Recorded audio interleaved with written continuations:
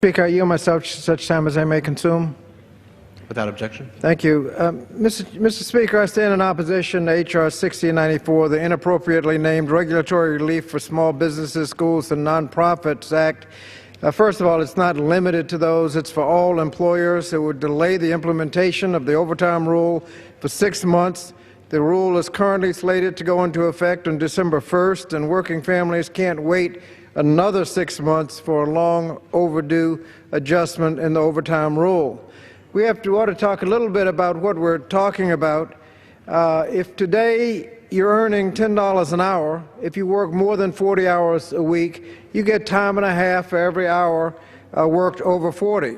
And if they change that to the same amount, instead of $10 an hour, $20,000 a year, you still get time and a half for overtime after 40 hours because your salary is under the approximately $23,000 threshold.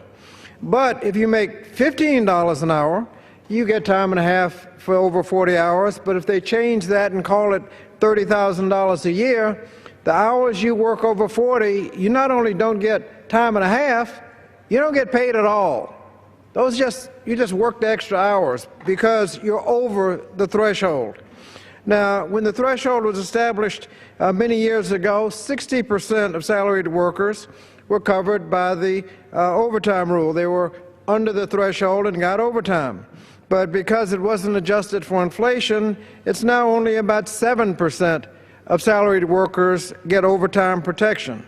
The Department of Labor overtime rule will increase that threshold up to about $47,000, and this would cover about only 35% of salaried workers, but this would still enable millions of Americans to be compensated for work over 40 hours.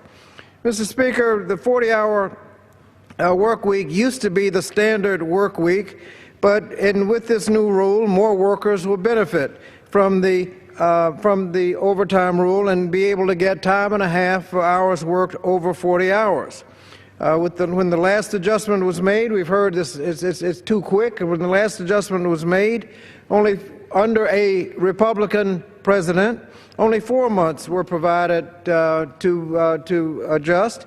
This rule allowed 6 months, and furthermore, the administration has been working on this for 2 years, so employers have known it was coming.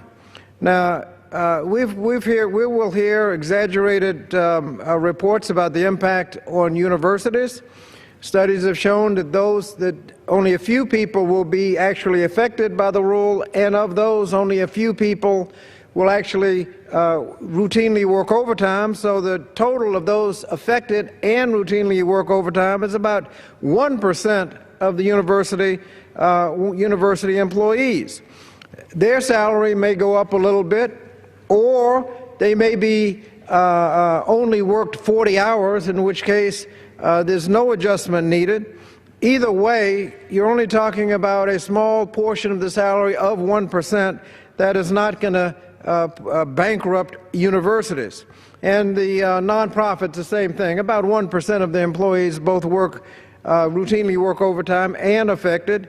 Their salary may or may not go up depending on how you respond, because a lot of times you'll just make sure that people don't work more than 40 hours a week. They can go home to their families rather than be worked hour after hour after hour. We've also heard an exaggeration about how it will affect jobs. People will have to lay people off.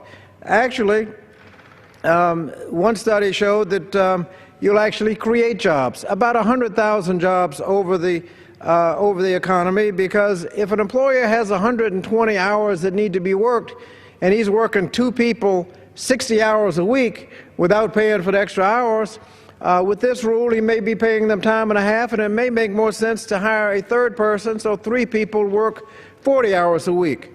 That would create, as I said, about 100,000 jobs. Mr. Speaker, this bill will unnecessarily delay fair pay to millions of workers. The President, thankfully, has said that if this bill ever sees his desk, he'll veto it. We can remove that uncertainty just by defeating the bill here and now. I reserve the balance.